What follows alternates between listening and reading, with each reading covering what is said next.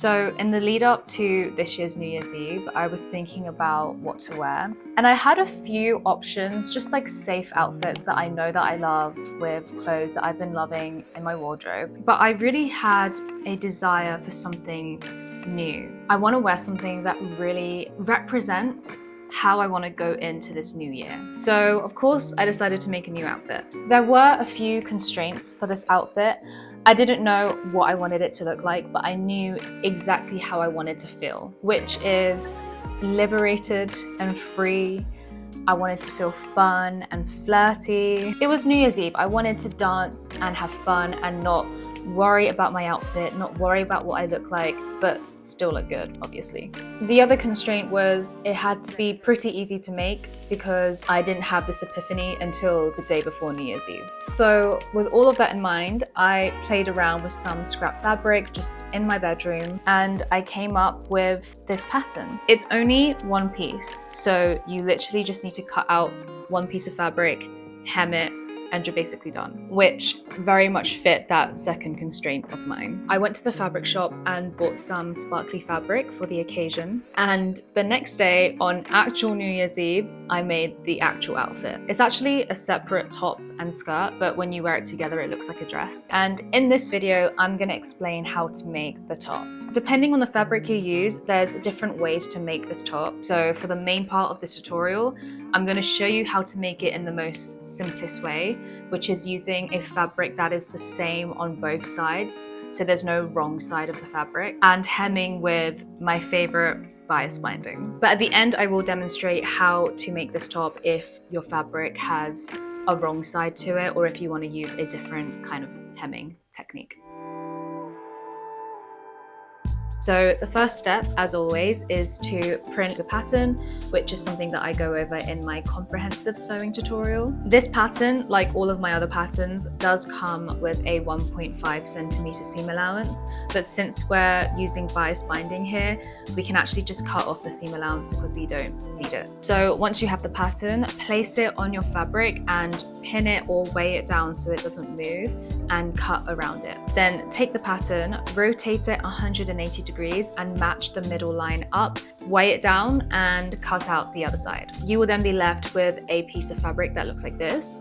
And that is literally your top. All you have to do is hem the four sides with binding. I chose to use a contrasting color for my bias binding because I liked how summery it looked, but you can also just match the color of your fabric. This is a bit of a weird shape that we're dealing with here, so I'm gonna label some parts of it. The two smaller legs will join together to make a halter strap, so you don't need to hem the edge, the end of it. You can just leave that bit raw because we're gonna cut that off anyway. But the other two corners will be the bottom of the back of the top, so you wanna hem that part nicely, make sure that's like finished properly. Once this is done, I'd recommend that you try on the top. So lay the fabric down flat and then twist one side so that the two smaller legs are on the same side.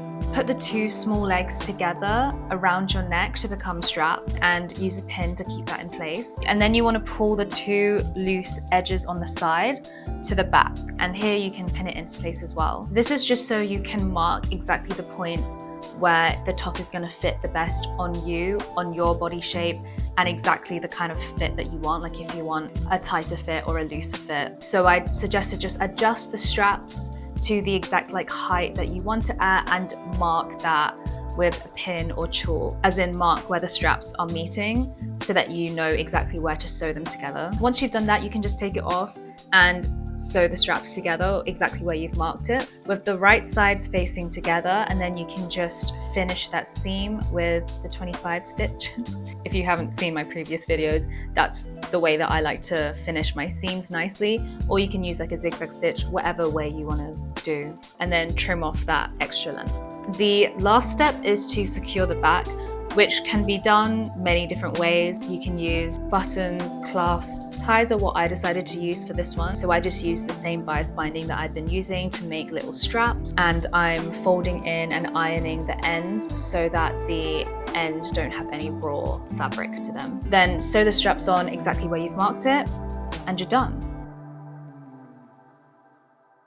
So for this version, I used a non-stretch, heavy, opaque chiffon where both sides of the fabric are the right side of the fabric. Like there's no difference between the front and the back. And you can use stretch or non-stretch fabric with this pattern. It will give you the same result. And to demonstrate that, I made another version in a stretch modal jersey where there is a right and wrong side to the fabric. And to also show you how it looks without using bias binding, I decided to just use a regular hemming technique with this one. So because the top is made by twisting it in the middle, we have to account for that if the fabric is not the same on both sides. To do this, we cut the pattern just on one side of the fabric. And since we're hemming with the fold over technique, we do need to keep the seam allowance on for this one. So don't cut that off. Cut out two separate halves and make sure that the orientation of each piece is correct. We now need to attach the two halves together, where one side will have the right side of the fabric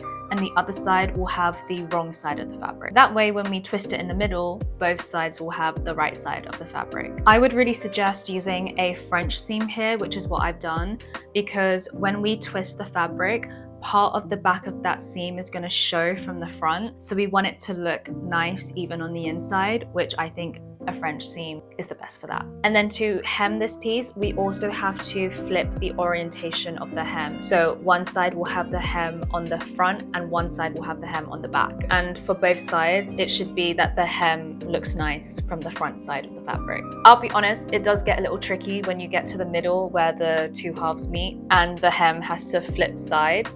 So I would actually suggest hemming both halves separately first. So I would make sure that you line up the two halves together and like cut them down so that they're the exact same length, and then hem the halves separately and then do the French seam to put them together. I didn't think of that until after I made my version, but like you can learn from my mistakes, because I ended up having to unpick my seam a little to allow each side of the hem to fold down. But once that's done, then pretty much the rest of it is the same as before. You can flip one side so that the two small legs are on the same side, and then there you have your top where both sides are the right side of the fabric. Also, because this is a stretch fabric, we can actually close the back by just sewing the two sides together, right sides facing together, obviously. So that's just another variation of closing the back if you don't want to be using any kind of buttons or closures. And that's literally it. For fabric recommendations, you can use stretch or non-stretch fabric for this, as you've seen. The most important quality, in my opinion, for this pattern is the fabric needs to drape well, because you want the fabric to fall nicely in that twist in the middle. What I'd suggest when picking your fabric is holding up your fabric between your fingertips like this, and if the fabric just falls completely, then this would be a good pick for this project. But when you hold it up and it sort of holds its shape,